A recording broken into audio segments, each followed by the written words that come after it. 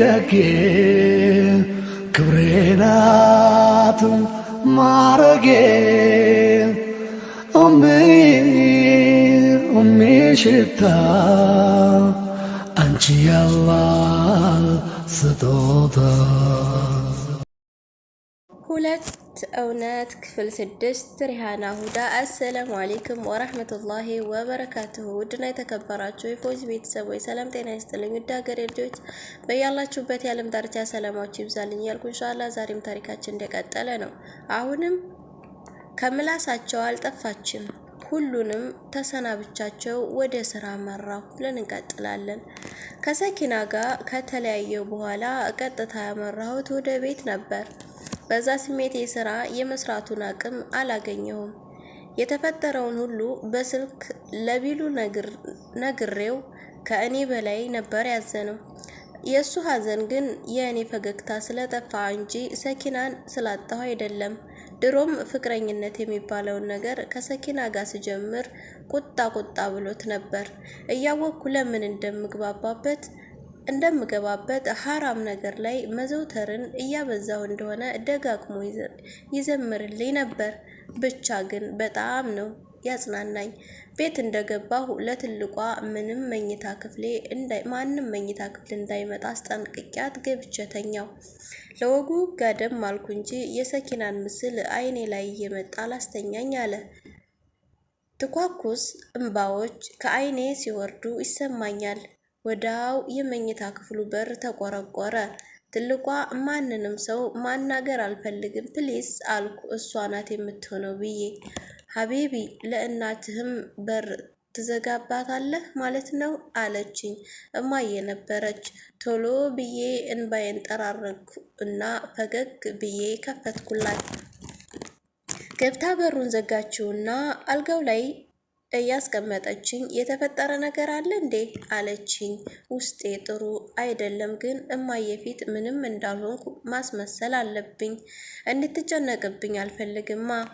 አይ ምን ሆንኩ አልኳት ለመሳቅ እየሞከርኩ። እማዬ ሳቅ አለችና ፀጉሬን እየደባበሰችኝ ልጄ ምን አይነት ስሜት ላይ እንደሆነ በስልክ ሲያወራኝ ሁላ የማውቅ ሁኜ ፊት ለፊቴ ተቀምጦ ማወቅ የሚያቅተኝ ይመስልሃል አለችኝ። ሳላስበው እምባዬ ዱብ አለ። ልነግራት ፈለግኩ፣ ግን አቅም አጣሁ። እማዬ አሁንም ከነፈገግታዋ ከሷ ውጪ ሴት የለም እንዴ አለችኝ። ማለት እንዴት አወቀች? ማለቴ ማን ነገራት? ግራ ተጋባሁ። ዘወር ብዬ ሳየት አዎን የአላህን ውሳኔ በፍላጎትህ ልትገፋ አይገባም አለችኝ። እማዬ እኔ እኮ በጣም ነበር የምወዳት አልኳት እያለቀስኩ። አውቃለሁ እሷም ትወድህ ነበር፣ ግን ከቁጥጥሯ ውጪ የሆነ ነገር ቢፈጠር ነው እንጂ። ትንሽ ዝም አለችና ጁድ እኔ ከማንም በላይ አውቃለሁ። በጣም ስለተጎዳህ ሳታስበው አጉል ውሳኔ ላይ እንዳትወድቅ አለችኝ። አጉል ውሳኔ ማለት አልኳት። ለማለት የፈለገችው እኔ ካሰብኩት ጋር መመሳሰሉን ለማወቅ። እሱ በልብ ስላለ አልነግርህም። ደግሞ አንተ ብቻ ለትዳር ዝግጁ መሆንህን ንገረኝ እንጂ አሪፍ ሚስት ነው የምድርህ አለችኝ። እማዬ ልክ ናት።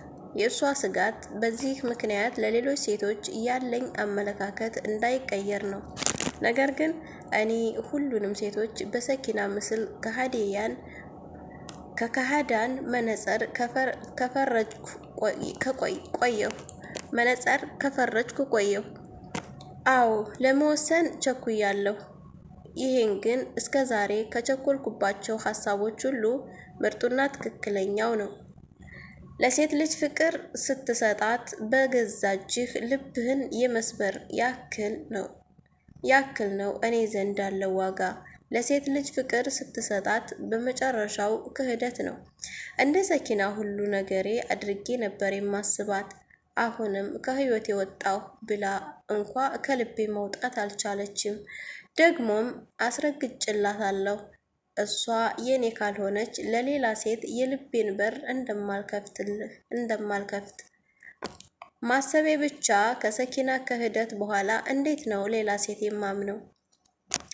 ደፍሬስ እንዴት አፈቅራለሁ?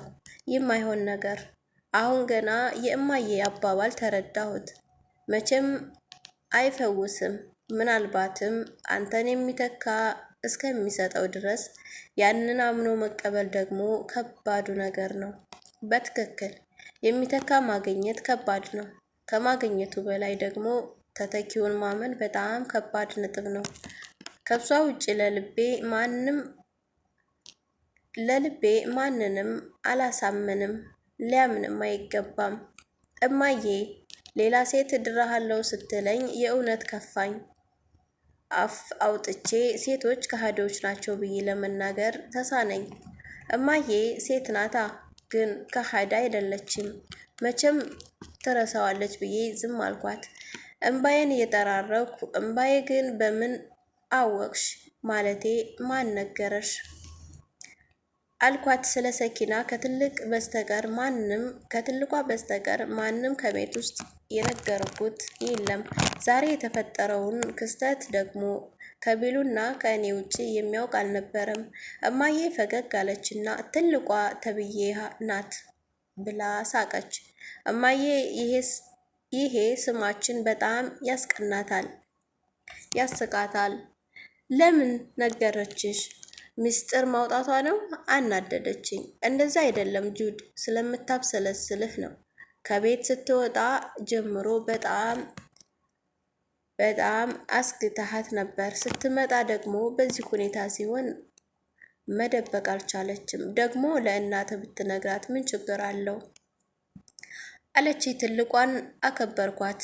እንደሷና እንደ እማዬ አይነቶች ሴቶች ባሉበት ምድር እንደ ሰኪና አይነት መፈጠራቸው አጀበኝ። ሰው አልሆንኩም። የህይወቴን አንድ አካል ከአጠገቤ የተለየኝ ያክል ነው የተሰማኝ። ቆይ እስኪ እኔ የቱ ላይ ነው ጥፋቴ? ስላፈቀርኩ አይመስለኝም።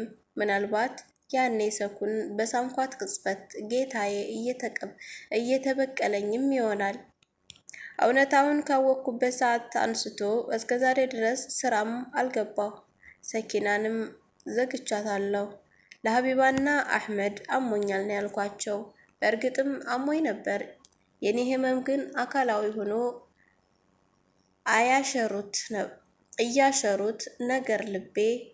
እያሸሩት ነገር ልቤ ላይ ሆኖ አስቸገረኝ። አህመድ ማለት የትልቋ አባት ነው። በሳምንቴ ስልኬን አንስቼ ከፈትኩት። ከሰኪና ጓደኛ ህይወት ብቻ ወደ 30 የሚሆን ጊዜ ተደውሎ ነበር። ደግሞ ህይወት ምን ቀራት? ህይወቷን በደማቅ ግብዣ ልታከብረው መሆኑን ልትነግረኝ ነው ወይስ አማላጅ መላኳ ነው? ውስጤ ላይ ለምን የሚለውን የማወቅ ጉጉት አደረብኝ። ደወልኩላት። ልትነግረኝ የምትፈልገው ነገር እንዳለና እንድንገናኝ ጠየቀችኝ። በሀሳቧ ተስማምቼ አሊያ ሆቴል እንድትመጣ ነገርኳት። ከዚህ በኋላ የበፊቱ ጁነይድ አይደለሁም። ያ በፍቅር የሚያምነው ጁነይድ ሞቷል። ሴትን ልጅ መቅረብ ሁላ የማይፈልግ ሰው ነው የሆነው። ስሜት የሚባል ነገር የሌለው ሰው ነው የሆነው። በጠዋቱ የሰኪና ጩኸት ቀሰቀሰኝ። ሰኪናን ከጭንቅላቴ ሰሌዳ ለማጥፋት እየጣርኩ ቢሆንም የስልኬ አላርም የሆነውን ጩኸቷን ግን የማጥፋት ወኔ አላገኘውም። የሆነ ኃይል ይይዘኛል። ተጣጥቤ ልብሴን ቀያይሬ ስወጣ ትልቋ በር ላይ ቆማለች። ዛሬ ግን ያኮስታራ ፊቷ አልነበረም። እየጠበቀኝ የነበረው ያለ ወትሮዋ በፈገግታ ታጅባ ነበር። እስከ ዛሬ እንኳ እንደዚህ ስቃ አታውቅም። በዛ ላይ ፈገግ ስትል ጉንጯ ስር ጉድ ላሉ። ይህን የመሰለ ፈገግታ እስከ ዛሬ እንደትመደበቅ እንዳስቻላት ደነቀኝ። ፈጅር ሰገድክ አለችኝ። ቁጥጥሯ የበዛ አልመሰላችሁም? አሁንማ በየቀኑ ስለምትደጋግመው አብሬ ማለት ጀምሬያለሁ። አዎ አልኳትና ሌላ ሳትጨምርብኝ ትቻት ወጣሁ። እንዳልሰገድኩ አነጋገሬም ሁኔታዬም ያስበቃል። ትልቋም ተረድታኛለች፣ ግን ሰሞኑን መጥፎ ስሜት ላይ ስለነበርኩ ዝም አለችኝ። ትልቋ በእኔ ጸባይ ላይ ለመለወጥ ያልሞከረችው ነገር የለም። ግን በእኔ ደረቅነት በግድ ሰላት እንድሰግድ ከማድረጓ ውጪ ሌላም አልተሳካላትም። ስራ ስገባ በእስከዛሬው ሙድ አልነበረም። ጥበቃዎቹ ራሱ ሳይገረሙ አልቀሩም። አዎን፣ የበፊቱ ጁነይድማ ከሁሉም የሆቴሎች ሰራተኞች ጋር ሳይቀልድ ሳያወራ አይገባም ነበር። የተወሰነ ሰዓት ከሰራው በኋላ ህይወት ደውላ ወደ ውጭ እንደወጣ ነገረችኝ። መኪና ስለያዘች እዛው እንድናወራ ፈልጋ ነበር። ገብቼ እንደተቀመጥኩ ህይወት ለምን እንዴ መጣው ታውቃለህ አለችኝ። አቀርቅሬ ስልኬን እየነካካው አላውቅም አልኳት። ሰኪና ያልነገረችህን አንድ ነገር ልነግርህ ነው። ነገሮችን መረዳት ላይ በጣም ጎበዝ ነህ። ለማለት የፈለኩት እንደምትረዳው ተስፋ አደርጋለሁ አለችኝ። ይቅርታ፣ ስራ አቋርጬ ነው የመጣሁት፣ ፈጠን አድርጊው አልኳት እየተሰላቸው። ትንሽ ዝም ካለች በኋላ ሰኪና አባቷ ሌላ ሰው እንድታገባ ሲገፋፋት የምትወደው ልጅ እንዳለ ማለትም አንተ እንዲህ እንዳልከው ነግራው ነበር እና ምን ስለ ስራህ ምናምን ስትነግረው አሁን ገና ገባኝ። የሰኪና አባት ልጁን ስለ አስተናጋጁ መዳር ከብዶት ነው። እሷ የሀብታም ልጅ ናትና ለእኔ ለድሃው ምን በወጣውና ይድራል። ሳቃልኩና ኦኬ ችግር የለም ስለነገርሽኝ አመሰግናለሁ ብያት ከመኪናው ወረድኩ። እሷ የጓደኛዋ ክብር በማይነካ መልኩ ልትከራከረኝ ነበር። ምን ልትፈይድ ይህን ስላለችኝ ሰኪና ልትመለስልኝ ነው? ማታ ከስራ ስመለስ ረምላ ከግቢ ውጭ በራቸው ላይ ወንበር አድርጋ ተቀምጣለች። አንዳንዴ እኮ ጤንነቷ ያሳስበኛል። በዚህ ሰዓት ውጭ ላይ ምን ትሰራለች? መኪናዋን አስገብቼ በሩን እየዘጋሁ ዛሬ ተረኛ አንቺ ነሽ እንዴ ዘበኛ አልኳት እየሳኩ። አፈጠጠችብኝና ያገባሃል አለችኝ። ዝም እንዳልኳት በሩን ዘግቼ ገባሁ። ህይወት ሙድን ባታበላሸው ኑሮ እሷን ነበር ዝም የማስብላት። መኝታ ክፍሌ ገብቼ ልብሴን ስቀያይር ከውጭ የረምላን ድምፅ የሰማሁት መሰለኝ። ቀስ ብዬ በመስኮት ብቅ ስል የፈረደበት ወንድሟ ላይ በቃላት ትወርድበታለች። ታላቋ ግን እሷ ናት ቀጥ አድርጋ የያዘችው። የሚሉትን ለመስማት ወደ ሰገነቱ አመራሁ። ረምላ እጁን ይዛ ግቢው ውስጥ አስገባቸውና ወገቧን ይዛ በቆመበት ዙሪያውን እየተራመደች እውነቷን ካልተናገርክ ዛሬ እዚህ ቤት አትገባትም አለችው። ወንድሟን ፊቱን እያጨማደደ ረምሊ የኔ እህት፣ አረ በእናትሽ አታካብጂ፣ እኔ ካንቺ የምደብቀው ምንም ነገር የለም አላት። ረምላ በዛው አስተያየት እያየችው አማን አኺ ወላሂ የፈለገ ነገር ብትደብቀኝ ምንም አይመስለኝም፣ ግን ከመድረሳ አንድ ሳምንት ሙሉ መቅረትን መስማቴ ግን አስከፍቶኛል። ምክንያትን ማወቅ ፈልጋለሁ አለችው። አማን አንገቱን ደፋ። አሁን ይሄ ወንድ ነው እንደ ስትለፈልፍበት ዝም ብሎ ይመለከታታል። እኔ ቢሆን በጥፊ ብዬ አሰጣት ነበር። ያወታላችሁ ምን ተሽከረ ረምላ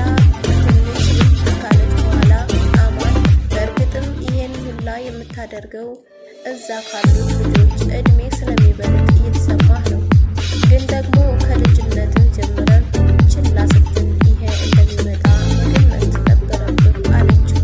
አማን ይስቅ ማለትና እሱን እኮ ነው የምልሽ ረምሌ፣ ካሁን በኋላ አላው ምን ትርጉም አለው አላት።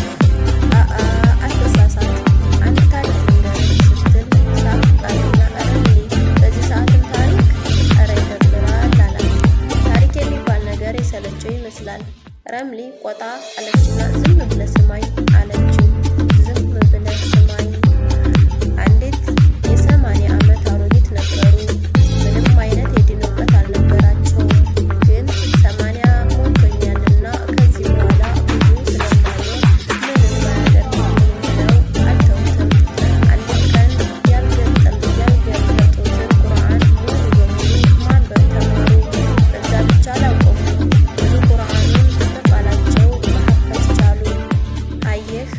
ማሰብ ብቻ ይበቃል። በእርግጥ የምንሞትበትን ቀን ባናውቀውም አንተ ገና 25 አላለፍክም።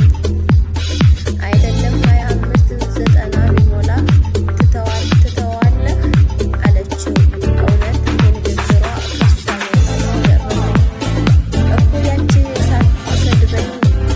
ሳትሰድበኝ ሳትገለምጠኝ የምታውቀው ረምላ ናት የሚያወራችው። ይገርማል።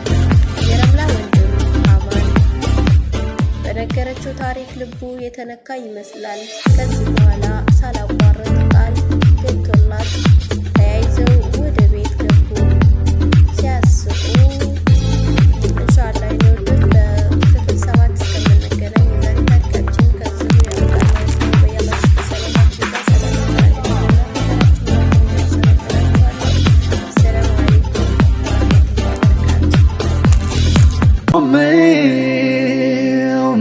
ደጌ ክብሬ ናት ማረጌ ሽታ አንቺ ያላህ ስጦታ